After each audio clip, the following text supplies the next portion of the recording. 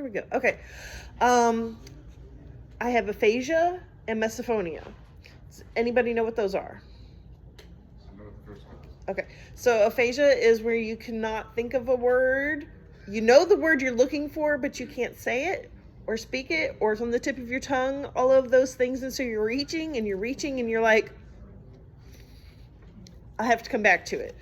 So that's going to happen. Just be prepared.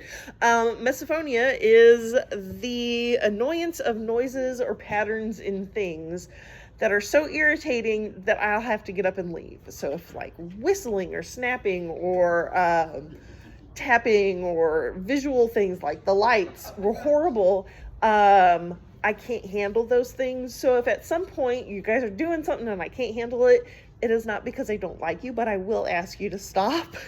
And if you can't, one of us is going to have to get up and leave, and it can't be me. So just letting you know up front.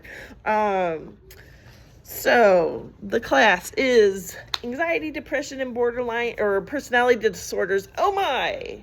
Navigating Kink with BPD. That is my actual thing. That's not what she wrote in the thing. That's okay. And it is a little chilly, so I'm going to put this on.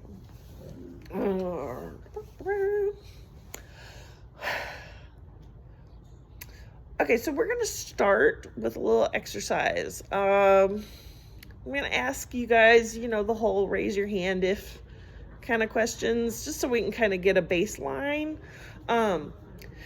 Now, do you guys want to close your eyes while you do this? Or do you want to... We're just going to close our eyes for now, and hopefully you don't fall asleep. And close. Raise your hand if you have not had anxiety in your life. Okay.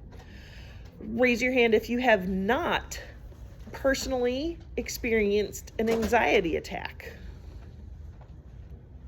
Okay.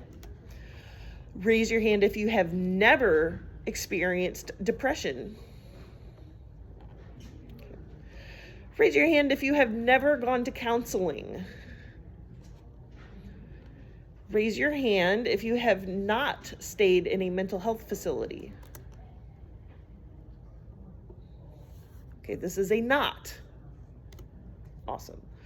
Raise your hand if you have never gotten angry or upset. Okay. Raise your hand if you have never taken meds for any type of mental illness.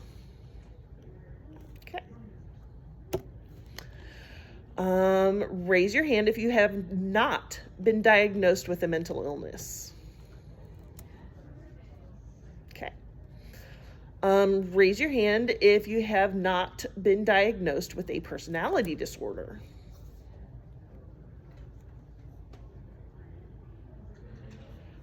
Okay. Raise your paddle if you have never, or paddle, raise your hand if you have never self-harmed.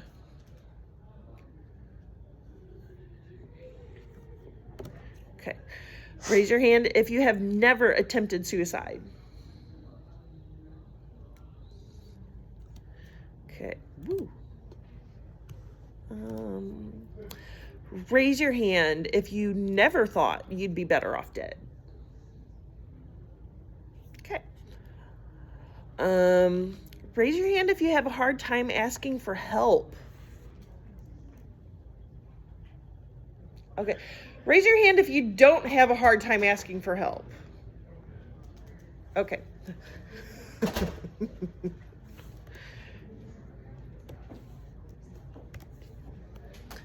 Okay, raise your hand if you like what you see in the mirror every day. Okay. Raise your hand if you have never been addicted to something. Okay. Raise your hand if you can never turn your brain off. Okay, raise your hand if you can turn your brain off. Okay. Raise your hand if you ever thought you were stupid. Okay, raise your hand if you've never thought you were stupid. brat. Of course, I'm not stupid. It's the rest of the universe. Uh-huh. Raise your hand if you're... Never mind. Raise your hand if you never thought you were a burden. Okay. Let's see. All right, this has been fun. So you guys can all open your eyes now. Who of you have ever felt like you're alone with your mental illness or any of that? Okay. Only 5 people in here have not stayed in a mental health facility. Take a look around. See how many people are in here. Okay. Only 5 of you have not been in a mental health facility. Does that astound you or amaze you a little bit? Interesting? Okay, I thought so too. Only 1 person in here does not take meds for mental illness. Okay. I think 2 people have not been diagnosed with mental illness. 10 people have not been diagnosed with a personality disorder. So that was mental illness, personality disorder. Now at the end, we're gonna re-ask that question. So somebody attempt to remind me if I don't think of it. Only 2 people said they don't have a hard time asking for help. 2 people said that they don't mind what they look like in the mirror. 3 people said that they have never been addicted to anything. 3 people said that they can turn their brains off. 1 person said they weren't stupid, thought they were stupid. Does anybody have a clue who that might have been? They belong to me. See, that just proves my point. And everybody here has thought that they were a burden at one point in time. Okay, so let's kind of sink that in. Apparently this is not normal. Yeah. Normal? Okay, so we're gonna have to stop saying normal and go with average. I think that's gonna be one of the most important things that we take away. Normal is a setting on a dishwasher and a dryer.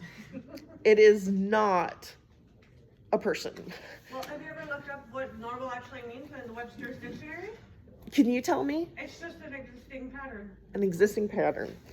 So we're gonna go. We are normal because it's just an existing pattern. We're just there we go. So yes, we are normal because it says we're gonna go with averages here in this class because that seems a bit more appropriate in my opinion, which matters. So let's go and over here.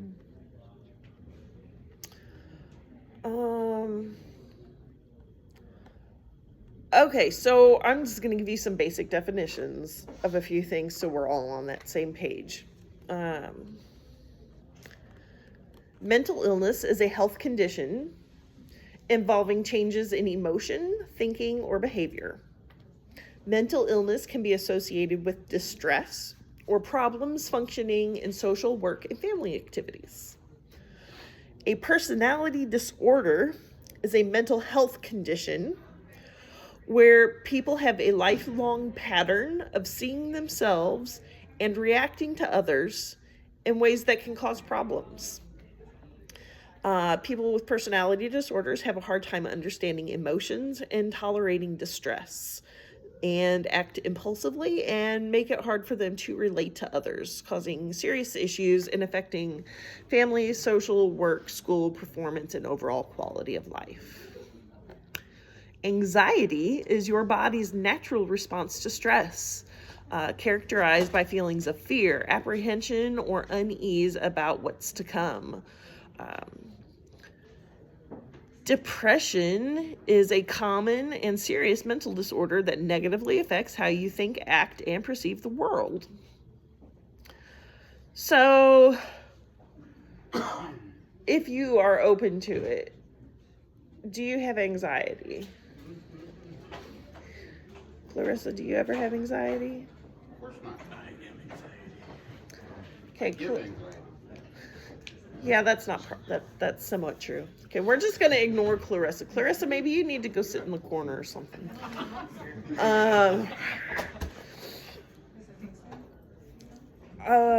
Let's see. Who in here has depression or has suffered from depression? Okay. Is anybody here comfortable letting people know that they have a personality disorder? If you do, you can raise your hand. Okay, awesome. So there are 10 different types of personality disorders, and we're gonna briefly go over them and like super brief, because so the top 3 are obsessive compulsive personality disorder, narcissistic personality disorder, and borderline personality disorder. Now, obsessive compulsive disorder is perfectionism focused. Does anybody here feel like they let themselves down because they can't get it right? Yeah. So my mantra this week was, it's good enough. Otherwise I wouldn't have gotten here. Or I would have gotten here and been frazzled beyond belief. Okay. So narcissistic personality disorder is a distorted self-worth. Borderline personality disorder is an unstable relationships. Schizoid is a social detachment. Histrionic is attention seeking. Avoidant is social inhibition. Dependent is a need for support. Antisocial is reckless disregard. Paranoid is the distrust of others. And schizotypal, I remembered how to pronounce it, but now I don't, is eccentric behavior.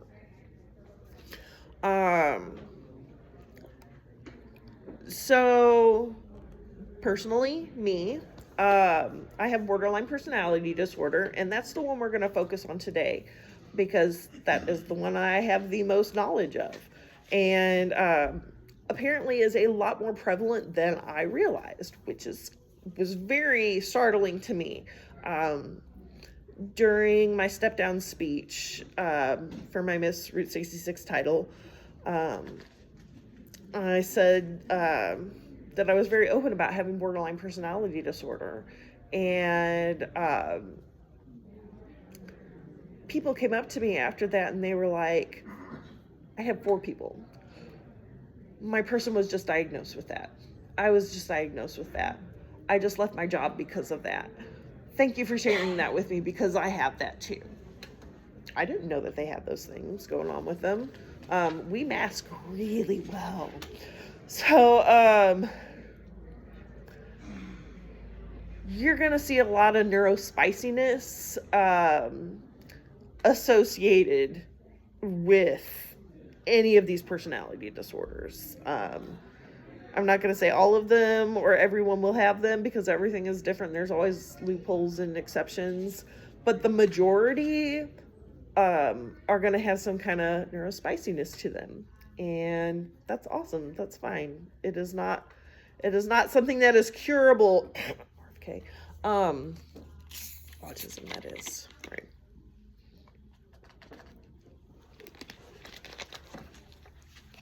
So these are 9 of the main symptoms of borderline personality disorder. Oh, I was going to tell you what else I had. Let's see. Borderline personality disorder, major depression, severe social anxiety, severe PTSD. There's a couple other ones in there and I can't think of them. Oh, the aphasia and the misophonia. There's another one in there too. I don't know. Those are that's me in a bubble right here.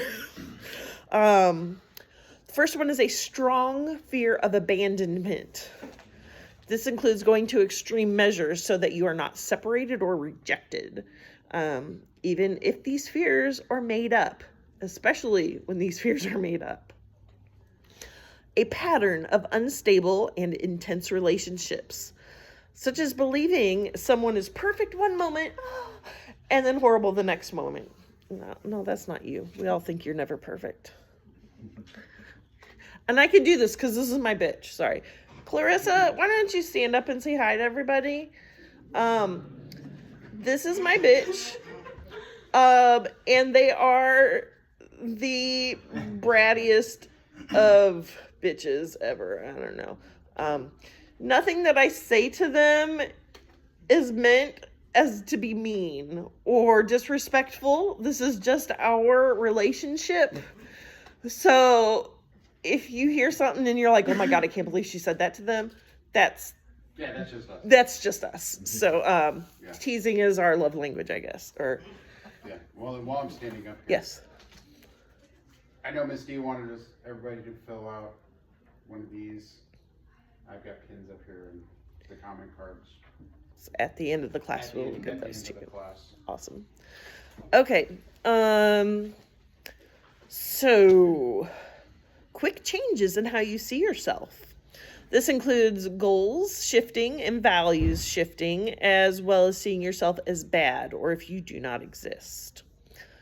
Another one is periods of stress-related paranoia and loss of contact with reality.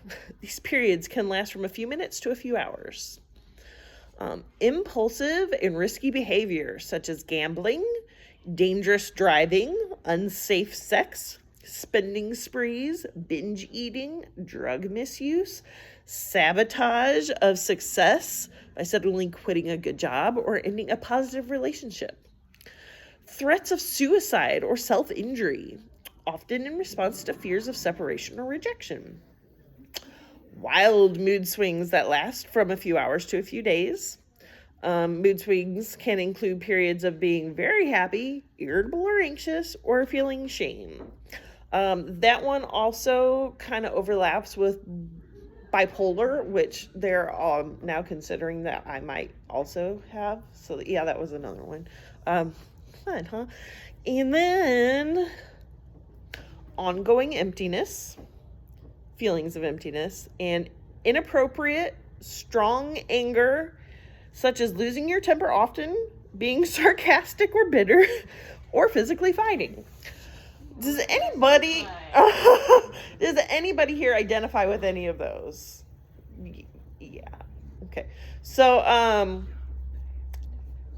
if you connect with these things at all, and we're going to go into a little bit more detail so you can see what those actually mean. Maybe talk with your doctor, because I am not a professional doctor person, and I do not play one on TV or anywhere. So, what? So can you dress like one for us though? Maybe if they're off duty and relaxing, then I'm dressed like one right now. This is my Dr. Morning getup. So, Well, I do have that nurse course if you want it. oh, doctor. Okay.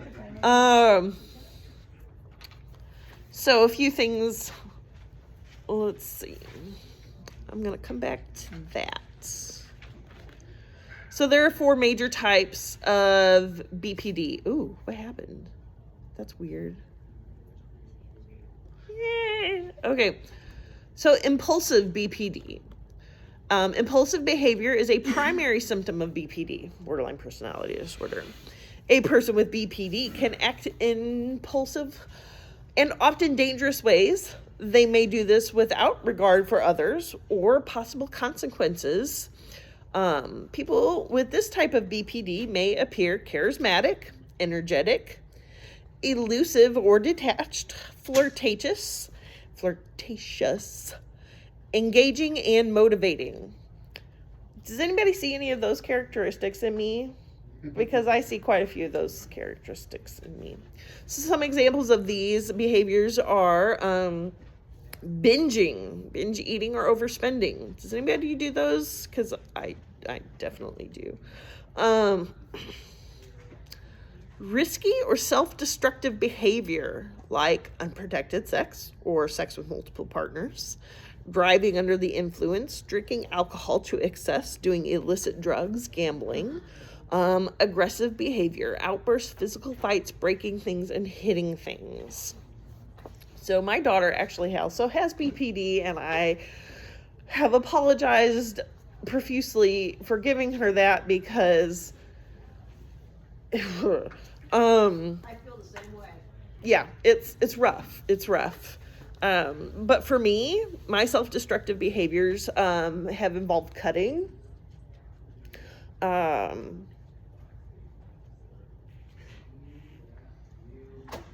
have to go. Oh, hello, welcome. I'm so sorry. You're good. You're good. You're good. I've had okay, I used to have a lot of unprotected sex because I didn't care. I used to do drugs. Now I'll just smoke marijuana sometimes.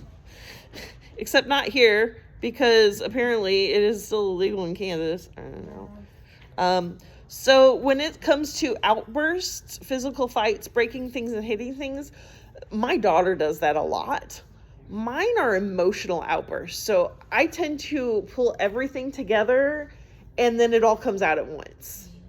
And it usually comes out in writing, and then I am bawling and hysterical. And if I don't get that out of my system, I cannot move on. That is a thing that I am still working through. That's a very interesting one. Okay. Discouraged BPD. This is also known as the quiet borderline personality disorder. People with this type are afraid of being abandoned. They may take extreme actions to prevent real or imagined abandonment. I can't drink well. Compared to people with other types of BPD, people with this type may keep their emotions inside. They also tend to blame themselves rather than others. This can go from being perfectionists, being very successful, being high functioning, feeling alienated and detached in groups, feel like they don't have strong bonds with others. They seek approval, but are also self-isolate. They engage in self-harm or suicidal behavior and feel lonely and empty all of the time. Does anybody see any of those in me? In me. Okay, so this one is actually very much me. I am very much a perfectionist. So when it's good enough, this was really hard. It was a major breakthrough. It was a huge breakthrough for me. I'm very proud of you for that. Thank you. I am super high functioning. Do I want to function? No. Do I feel like I have to function? Yes. And it is the worst fight. I found that more often than not, people that are neurodivergent and suffer from some sort of mental illness work harder than most of the able-bodied people that I know. Mm-hmm. Yeah. Because we're pushing through our chronic pain and mental illness. Oh, chronic pain. Thank you. That was the other one thing that I... So I'm part cyborg. I have a plate in my neck that is titanium, not a dinner one. You might have been... Never mind. Okay. Feel like they don't have real or strong bonds with others. I go through that with all the time. And I know for a fact that I have strong bonds with people. Seek approval, but also self-isolate. I call this hermiting. I like to hermit. I don't like to leave my house if I don't have to. But I want everybody's approval. Engage in self-harm or suicidal behavior. Suicidal behavior, not so much, but self-harm. I try really hard to not do that. My go-to lately has been cake batter days, where I just make a cake batter mix and then I'll put it in the refrigerator and I'll just eat it throughout the weekend. That has been my self-destructive coping mechanism, which I think is better than cutting, but and feeling lonely and empty a lot of the time. And I do, but I have a ton of friends, but all the time I feel like I'm super lonely. So these signs can come out as clinginess, codependency, neediness, anger, and emotional mood swings, and especially if abandonment issues get triggered. I have super bad abandonment issues. I honestly don't know where they came from, but they're there and they are real. The next one is self-destructive BPD. So people with this type of BPD struggle with self-hatred and often feel bitter. Examples: substance abuse. This includes recreational drugs and prescription medications. Risky adrenaline-seeking activities. People may engage in these activities without preparing for them first.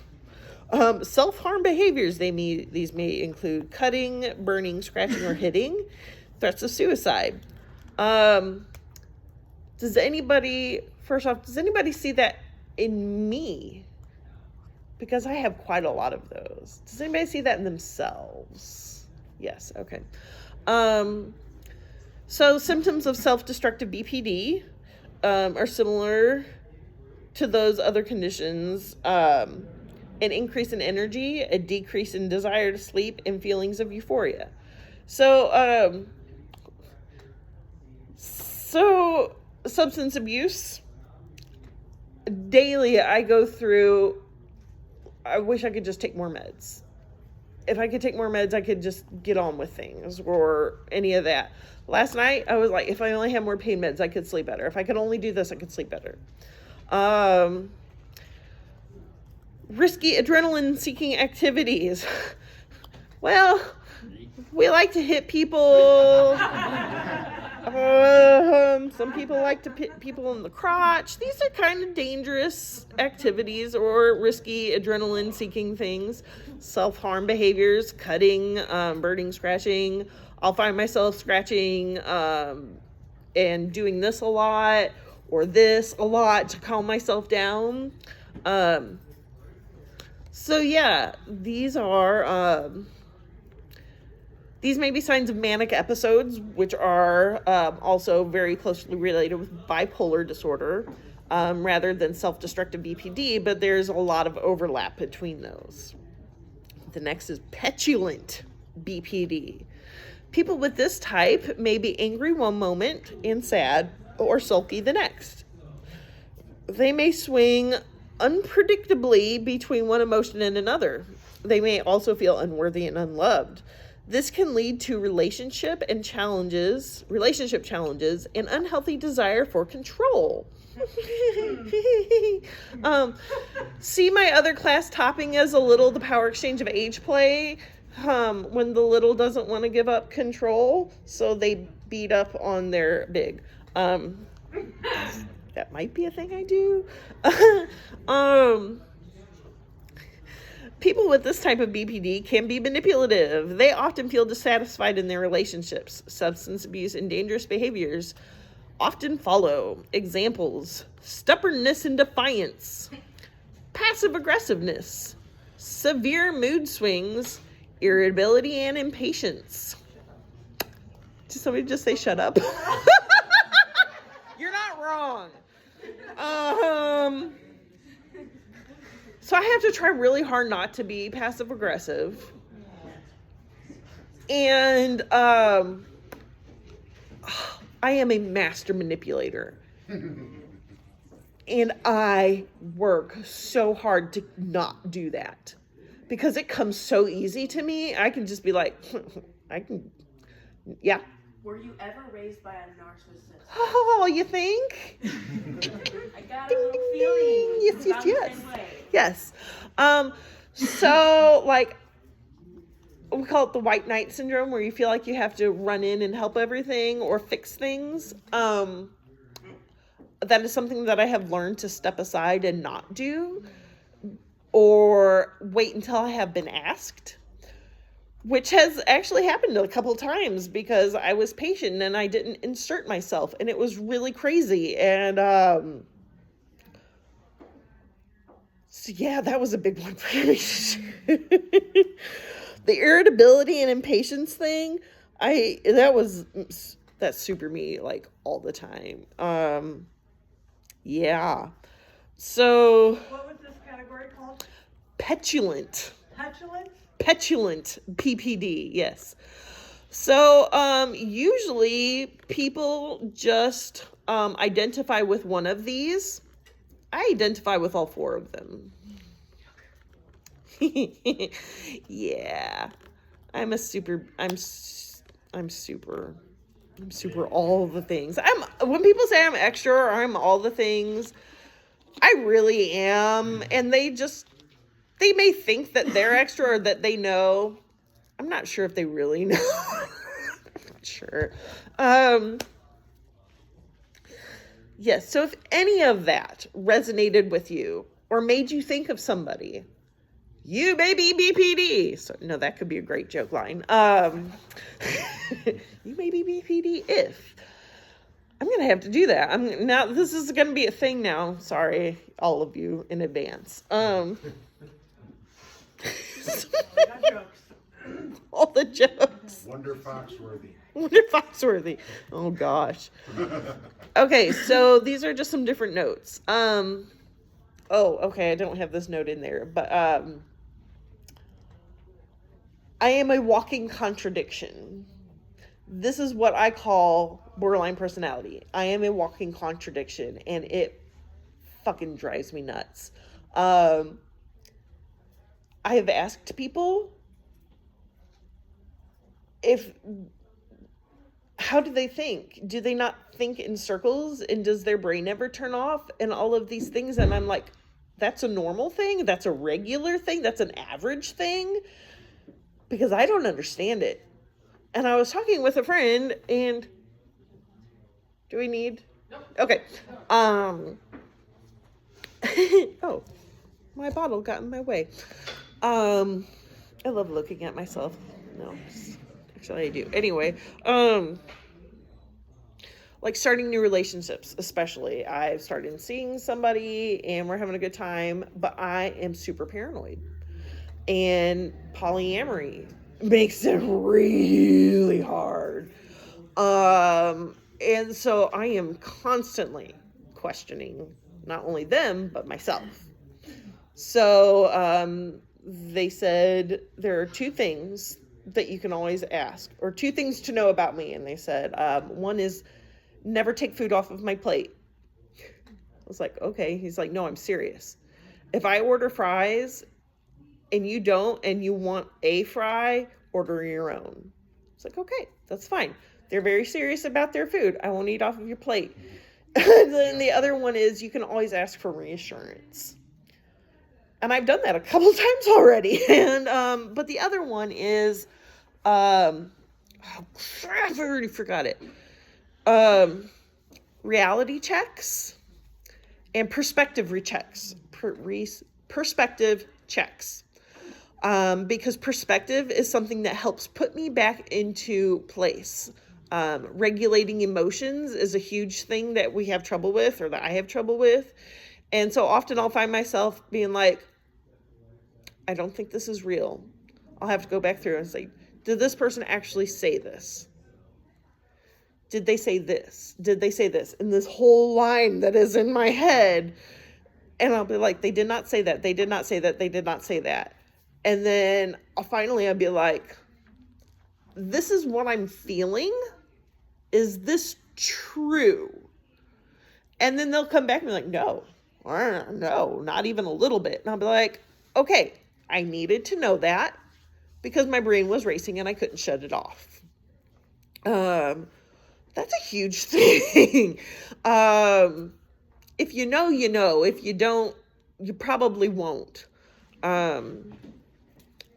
When people talk about the difference between men and women, and men think in compartmentalized things, and then women have spaghetti. Well, BPD is like a spaghetti brain on a roller coaster, wearing heels, stopping, spinning, going backwards, while doing algebra. and physics and English and all of these other things all at once. Like, there's a fuck ton going on, and people wonder why we're always exhausted, or we're always tired, or we lose focus on things. It's because our brain doesn't shut up. Does not shut the fuck up. It's really hard. Okay, so knowing what I have is helpful to me, because then I can look for ways for things that are helpful. Let's see. For me, knowing there is a reason for why I am the way I am and why I act out in certain ways over certain things is helpful. The longer I've lived with it and the more help I've gotten, it's easier to see when my BPD is interfering with my reality. Because that's a big thing. Reality is a thing. BPD is not a reality. BPD is not reality. It's just not. So sometimes I can catch myself in the middle and I can try to regulate my emotions. But the one thing with BPD that is a really hard lesson is living with the consequences of the actions that I have. And this is rough for a lot of different reasons, mostly because it hurts. In my hurt, imagined or not, I've hurt someone else and I've acted inappropriately. One of the hardest things to do is just take responsibility and not to blame my actions on my disorder. While they are most likely a huge impact in why I did what I did, it doesn't mean I had the right to do it or that I should be excused from it. Hello. Okay, do you guys want me to read that again? Because this is very, very important. Most because in my hurt, imagined or not, I have hurt someone else or I have acted inappropriately. One of the hardest things to do is to take responsibility and not blame my actions on my disorder. While they most likely had a huge impact in why I did what I did, it does not mean I had the right to do it or that I should be excused for it. Yes. Also, I found with BPD, it's also hard not to blame it on another person. Be like, yeah, your actions upset me. And I'm just like, wait, no. But I didn't really tell them that I was upset. I just kind of stormed off. And then I have this playing in my head. And then they're still thinking we're chill. And we're not. So And we're not, but they think we are. Those normal, regular, average people. Crazy ass people. So this is something that I learned early on that has helped me in that, but also kind of made me a super manipulator, is the 90-10 rule. While one person maybe be 90% wrong in whatever happened, there's still some action that you have that has made it happen. Okay? So, my action may have hurt them, but that did not excuse that they're coming up and beating me up, kind of a thing. So that's not a good example. I need to find other better examples. Sorry. It's okay. It's still early. The gist of it, yeah. So like when you are having an issue, and yes. I'll tell a story and I'll tell them myself. Okay. So the other night, I realized that I cycle and I'm a child of abuse. And so I'm literally having a meltdown, a breakdown, and I'm sitting there and I'm telling her, I'm not able, I don't have the capacity right now to not be like this, to not say these things, because of my abuse, because of my PTSD, because of my mental illness, and I'm like, I need to reset. I need you to leave me alone for like 30 minutes. And then we came back and had a conversation after, and I'm like, I'm not there yet with the work that I'm doing. So like, I do EMDR and all kinds of medications and all this, and it's been a year of getting this shit fixed as much as I can for me. Yeah. So that, yeah. So, There's a tapping going on. If somebody's tapping, you need to stop. I love you all. Thank you very much. Sorry. It's not I don't like you. It's my misophonia is starting to go, no. Let's see. Okay, so when it got real loud out there, I'm sorry. I'm distracted now. Let me come back to here. I'm just going to start reading until I can get back. The biggest part of living with BPD is learning from these things and finding ways to keep yourself from doing the same way again. The same way again. This is the breaking patterns is a big part of healing in BPD. For me, it is. And there's a lot more that goes into BPD than just those symptoms. Apart from genetics having possibly played some kind of role, it is dealing with your past. Not only you having to delve into the worst parts of your past, you end up reliving those things as well. PTSD fucking sucks. And there are so many things that can cause it. One person's PTSD can seem quite calm or nothing compared to others, but it was still traumatizing to them. One person's PTSD is not worse than another person's PTSD. They both suffered. It was one extreme for them as the other was the extreme for the other. One of them might have been in war, might have been an abusive childhood, yes. And what's not traumatizing to you can be traumatizing To another someone, person. yes, absolutely. No matter how small, large, no matter what it is, it can be traumatizing. Correct, thank you.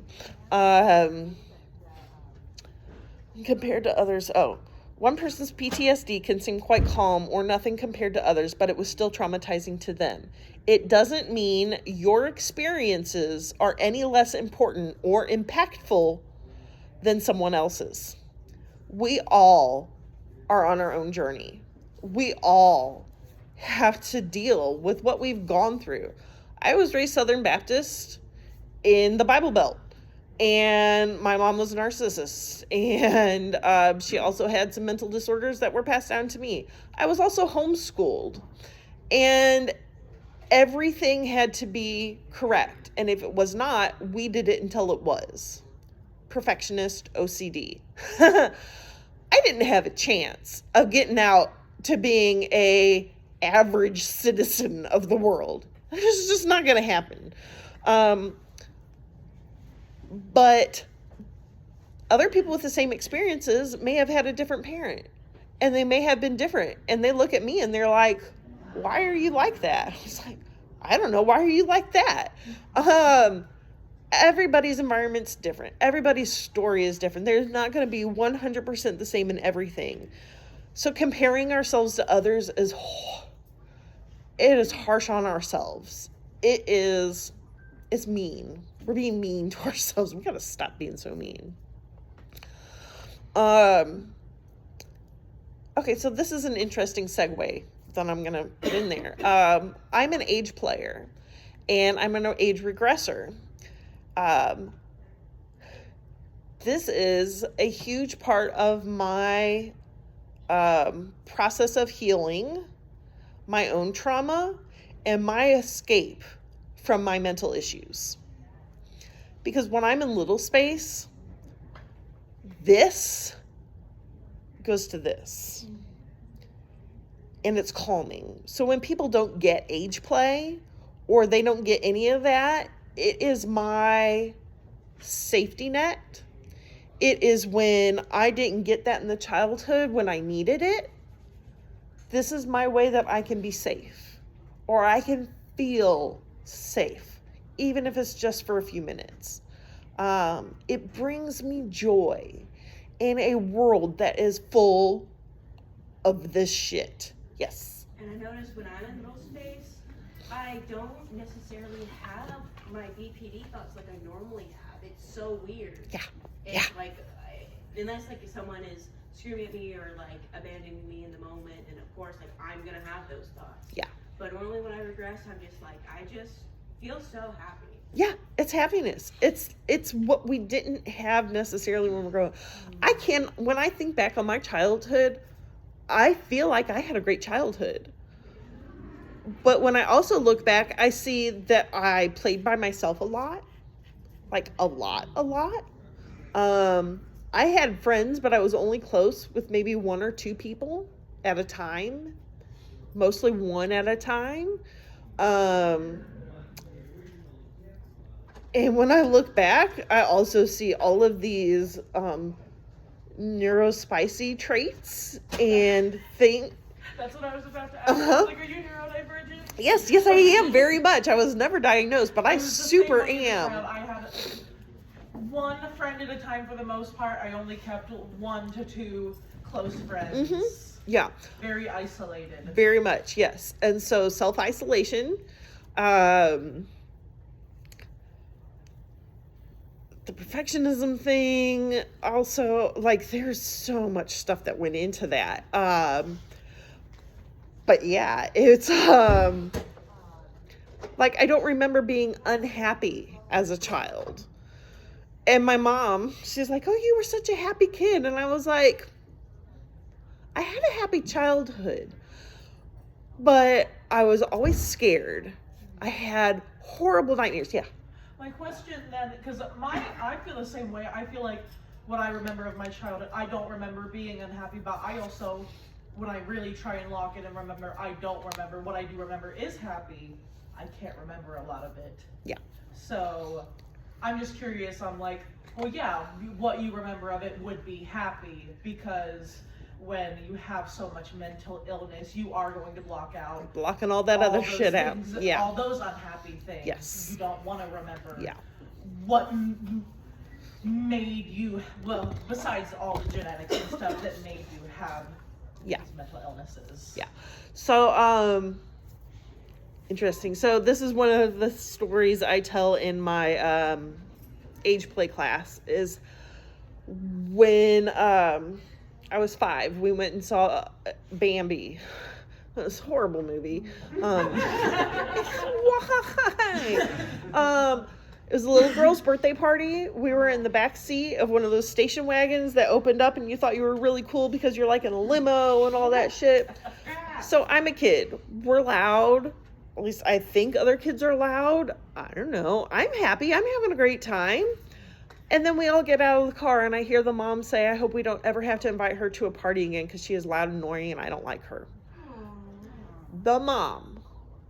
A grown woman. A grown woman who thought nothing of this comment literally shaped my entire life. Because after that, the little girl came up to me and said, "You're loud and annoying. I don't like you. I'm not inviting you to my birthday ever again." This is why I started throwing birthday parties for all of the kids in my neighborhood, because then I would be invited to the party. This is why I continued to do it throughout my adulthood, planning events, making sure there was something there for everyone, making sure that they were the best ever so that people would like me, so that I could be included.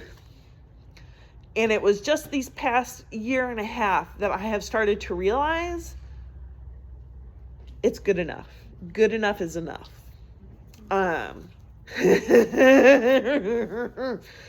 Because I don't like it. I don't like it anymore. I don't like putting myself through that stress of planning shit, and making decorations for things, and then showing up and having these happy faces for people when that's just a mask. When I really want to be the one that has been invited to something like that, so that I can enjoy myself and not have that pressure of just being there, making sure everybody is okay. That perfect hostess. Everybody else has to be okay. But, I didn't matter. But I wanted to be included, so if I was going to be included, this is what I had to do to be that. And then I realized that's bullshit. But this has been my whole life. And so it's all I knew. And so when I've started to realize good enough is enough, it was just huge. Like, I still have things that are not unpacked in my booth out there that I could be selling, but you know what? It's good enough. If it doesn't get out, it's not going to change anything. It's not going to matter. I am not going to kill myself and take myself out of this fun space and event just so I can make a few more bucks. It's not worth it. It is not worth my happiness and my peace of mind and my memories to do that shit. That's usually what you have your bitch for. My bitch takes a lot of shit from me. And I so much, so much. And I always try 10 minutes. Yeah, I've got the timer going up here. Okay. I know you didn't know, but that's okay. I'm just doing what I was instructed. I know. See, and this is it. So like when I remember, I will desperately try to show my appreciation. Like last night we went out to dinner. I was annoyed we were driving so slow. I was annoyed that we couldn't get to where we wanted to go, but we got in there and he paid for me. And I was like, thank you. Because I can't afford to go and spend that much on food. We wouldn't be going out to eat if we couldn't, if it was me. And so I was like, thank you. Thank you for dinner. Well, you're welcome. But I don't always show appreciation. So I always try to use after I've said, go do this, bring me this, please and thank you. Thank you, I appreciate that. It doesn't always happen. But I know you know it. But he knows. And that is, this is our platonic husband-wife nerd relationship that we have. Yeah. So. Oh, okay. So when that happened, when that event happened in my life, that person said that I see something in you and I don't like that, I started to hide part of myself away. Like that energetic, exciting kid, that's part of my little. I actually have a middle and a little. That's part of my middle. And when she comes out, whew, she is hysterical. And she gets put, yeah. How old would you say, like more early teenager? So my middle is more like 5th middle school age range. Okay. My little is more kindergarten age range. And I have not had the chance to regress younger, but I think I know that there's that in me.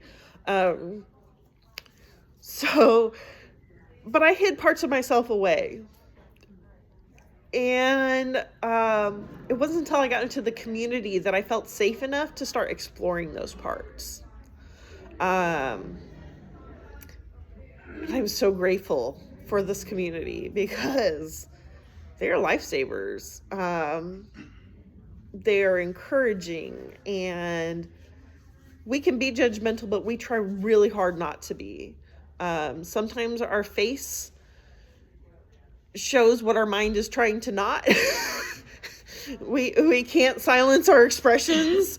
That's a hard thing. But like, my little's name is Pretty Girl because when I was little, I was a tomboy. Nobody ever called me pretty. So what did I want to be when I was little? I wanted to be princess. I wanted to be the pretty girl. So that's my little's name is Pretty Girl. Well, that manipulative side of me, the one that that I thought nobody wanted to be around, her name is Petty Girl because she's a super petty bitch. You do not want to meet Petty Girl. People are like, oh my gosh, she's such a bitch. Or like, I'm thinking over here to myself, oh no, that's nothing.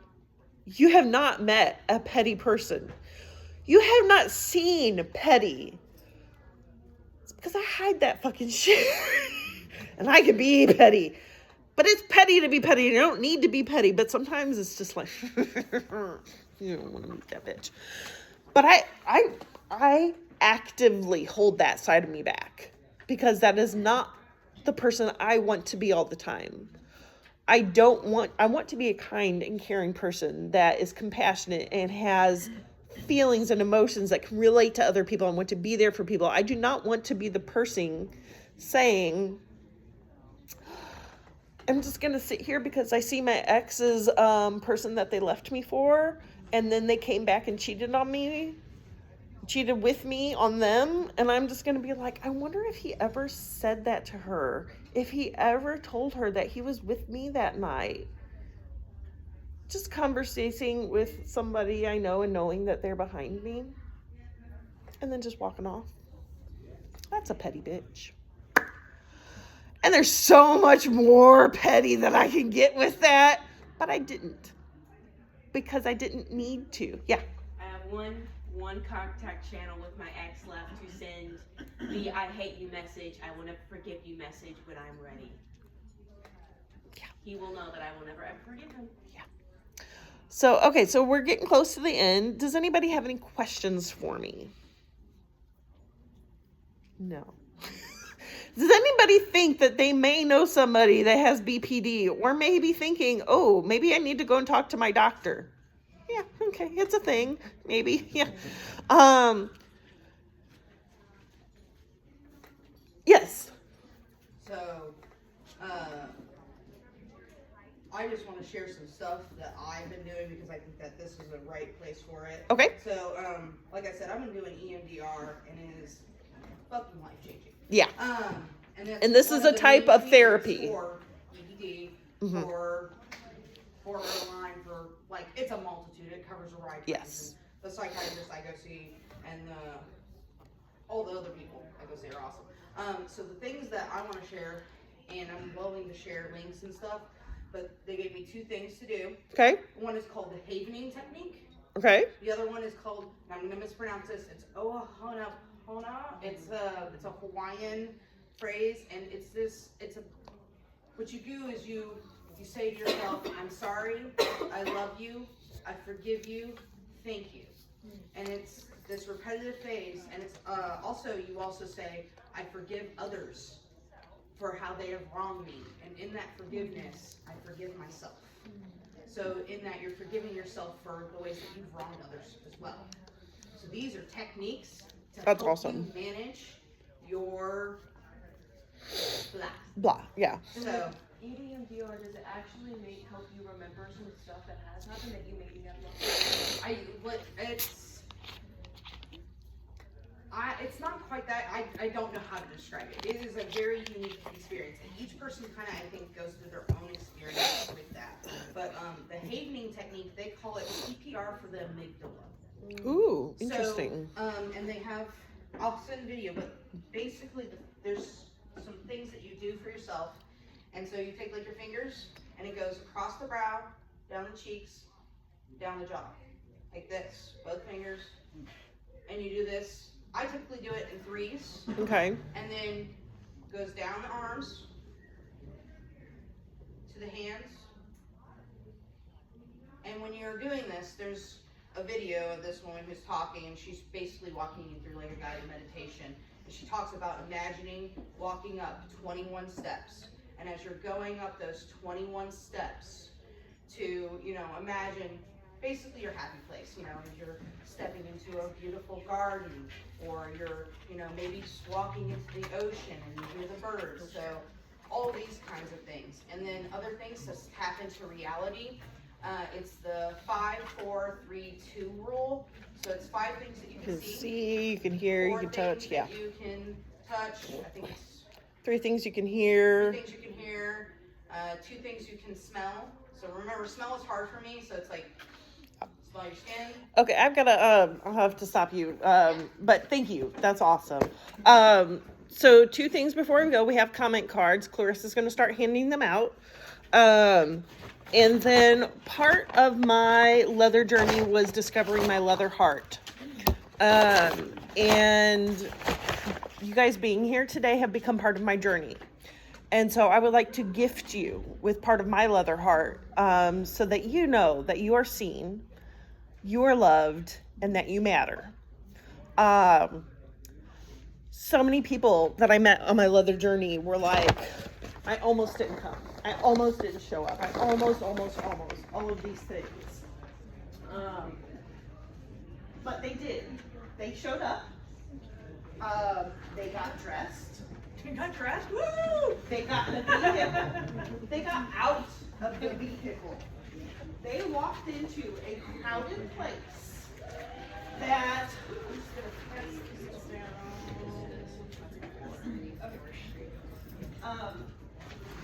they got out and they stayed and they just showed up. And for us that have mental issues and disabilities, it's fucking huge. It is such a huge deal.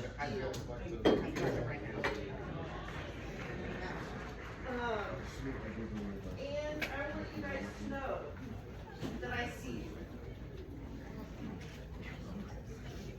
We see you. We see you. You know that. I don't know, can you see me?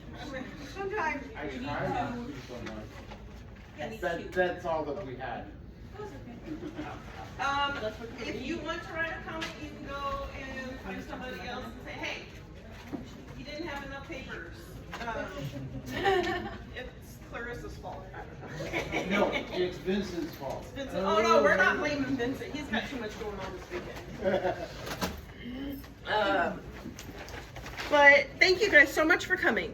I really appreciate it. It was early. It was a little cold in here. And we had lighting issues, but we fixed them. And remember, you are not alone. Okay? How many of us in here did not go to a mental hospital? Was it 3 or 5? Out of our entire group in this classroom, 5 people had not been in the mental hospital. 2 people do not take meds, okay? You are so not alone. If you want to talk more, I am here. I am going to be busy this weekend. I am bending up front. The Lego Pride Army is up front. Make yourself into a minifigure and join the movement. Spread the love. Have some fun. Dummy Daycare is having a littles party this afternoon. And I am teaching a class, Consensual Acts of Age Play, here in an hour or 2. And that one's just kind of fun and silly. So, Thank you for being vulnerable with us. you're welcome. But yeah, thank you guys all for coming and being open and everything. I really appreciate this. Thank you. Yay, that went better than I thought it was going to go. You did get great out through the other door. Yay. Thank you very much. Awesome. I loved it so much. This is the class I was most excited